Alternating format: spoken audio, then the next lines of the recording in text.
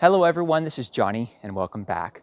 So I was recently at my local Lowe's and I came across this beautiful Shishigashira Japanese maple tree. It's also commonly known as a lion's head Japanese maple.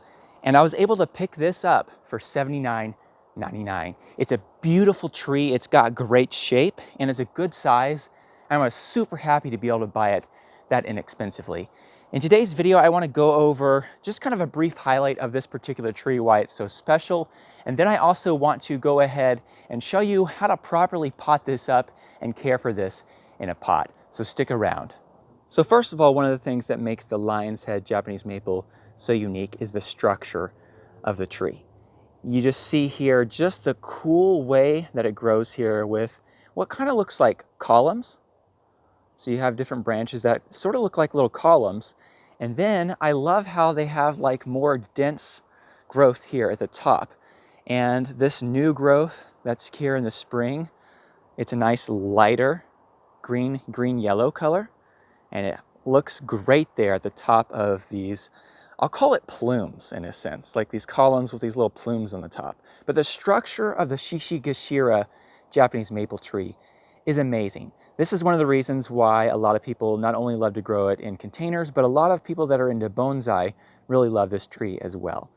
And it's a great tree for that. Another unique thing is when you look at these leaves, they're very crinkly and the margins are jagged. And it just gives a really good look here with also the way they grow so densely packed together. But this is definitely a special tree that I've had on my wish list of trees. And once again, when I saw this for such a great deal, I had to pick it up. Now let's go ahead and move to potting this tree up. And I want to talk about the proper pot size. I want to talk about the proper soil, fertilizer, and just basic care for trees like this in pots.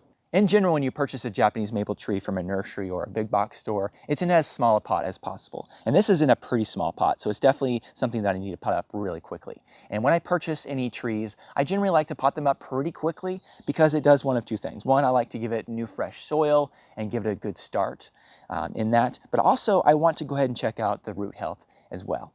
Now, when it comes to potting these up, you don't necessarily need to go from, like, say, this pot size here, which is probably, this would probably be considered a number 3 container.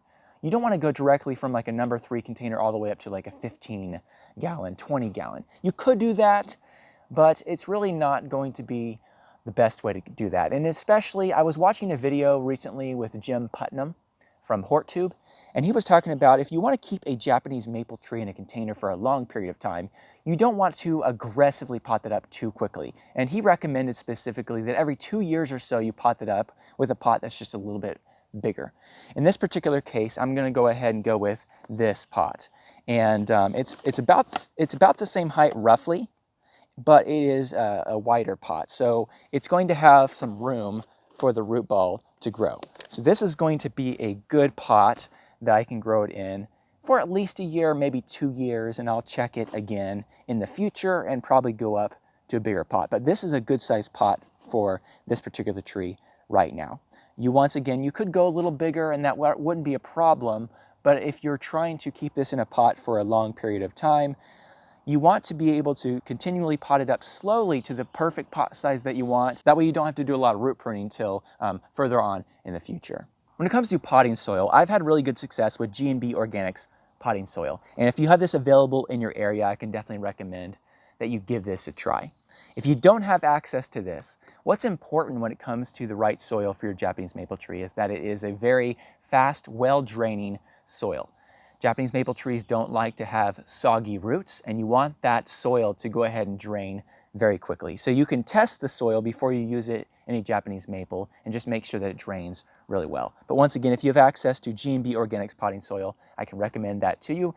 If not, just find a good high quality potting soil that drains nice and quickly. Now also, when I go ahead and repot this, I'm going to add just a little bit of fertilizer to the tree. I like to use, and this is something that I've used recently, is plant tone fertilizer here. And this particular one has an NPK ratio of 5:3:3. And I've had good experience over the last roughly a year or so growing with this. In the past, I've also done fine with the G&B Organics Rhododendron, Azalea, and Camellia fertilizer. But really the key when fertilizing Japanese maples is you don't want to give them too much nitrogen. If you give them too much nitrogen, what will happen is you'll get a lot of spindly growth and the tree just won't have the right shape. And it also may not be quite as hardy for like harsh winters and things like that. When it comes to timing for fertilizing, I like to wait until after the last frost has passed, the last estimated frost for that season.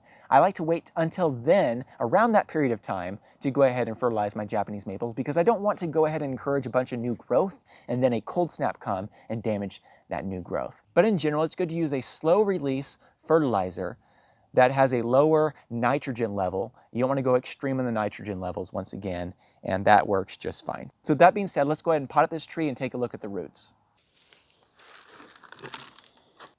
Okay, so it looks like this is in a composted pine bark mix of some kind. And I'm actually pretty happy with this root health here. It definitely got a good healthy root system. It's ever so slightly starting to get root bound, but I wouldn't call it like completely root bound. So that's actually pretty decent. I'm not gonna, since we're in the growing season here, I'm not going to do too much roughing up here, but I just want to lightly kind of tease those roots just a little bit so that way they can get into some of that fresh soil easily. You know, ideally, you would probably want to pot this up when the tree is just coming out of dormancy or the tree is dormant, maybe late winter. But of course, when you buy a tree, you want to go ahead and check that out then. But right now is still a decent time here at the very end of April. And so I'm very happy with the health of that root system. Let's go ahead and place that into our new pot. Okay, so I do need to put just a teeny bit of soil there on the bottom. And one of the keys to properly planting a Japanese maple, whether that be in a pot or in the ground, is you don't want to change the soil height. So I don't want to put the soil any higher than it was before. I want to keep the soil height exactly the same. If you put the soil height too high, you can actually kill your Japanese maple. So you don't want to do that. You want to keep the soil the proper height. And so in this particular case, I can put maybe an inch of soil on the bottom of this, good fresh soil, stick this in and then put soil around the edges. And I'm just gonna mix a little bit of fertilizer with the soil before I put that in there.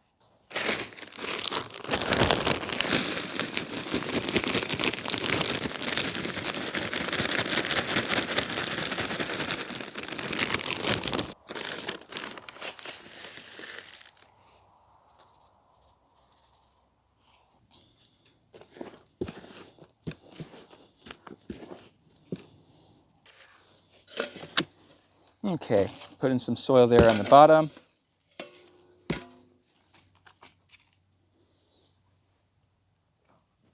Check the height. That looks like a good height to me. Now I can put soil on the sides.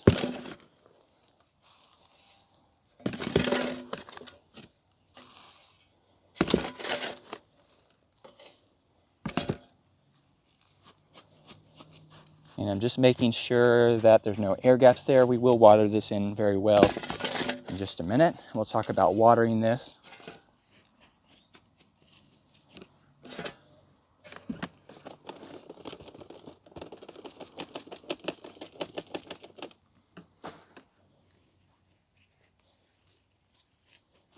Get just a little more soil there on the edges.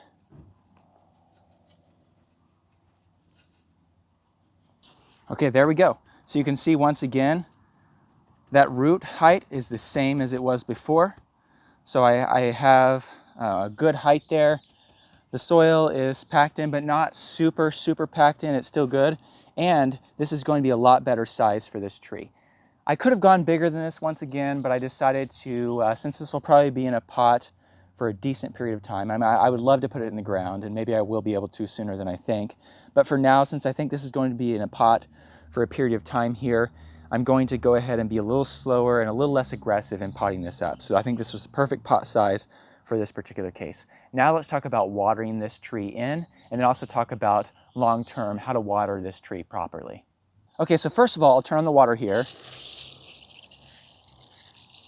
And you can see that water is not pooling here at the top. You can see that it's draining very quickly. So that's exactly what I want.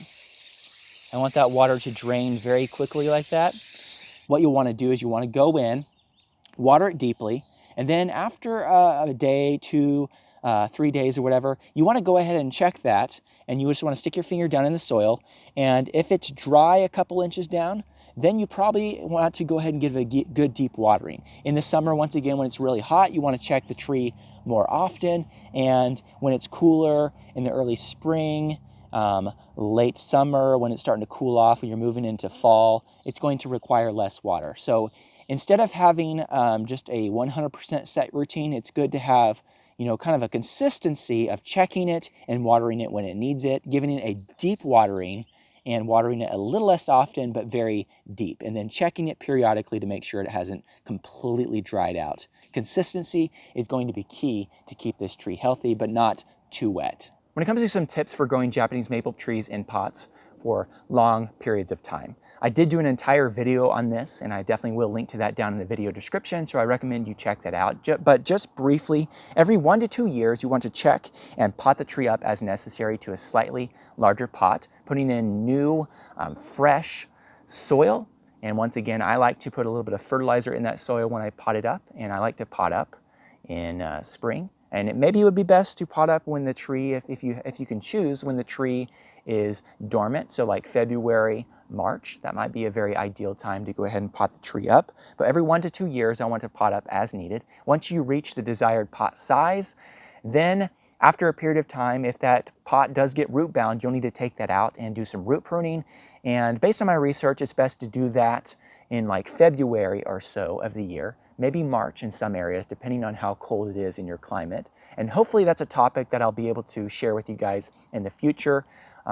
Right now is not a good time for me to root prune any of my Japanese maples, but maybe next year I'll have an opportunity to do that process with you. But I will link to a video down below that I came across that does give a good technique for root pruning your old Japanese maples once they've been in pots for a long time. You want to make sure that the holes down here, the drain holes in your pot, don't get plugged up, and you always want to make sure that the water is draining very nicely through the soil and it's not holding water. You don't want to put any kind of plate on the bottom that retains water, because once again, you want this to drain. You want this to drain. Japanese maple trees don't like to be in boggy, wet soil. So with that being said, I hope that what I went through today was helpful for you. And until next time, thanks for watching.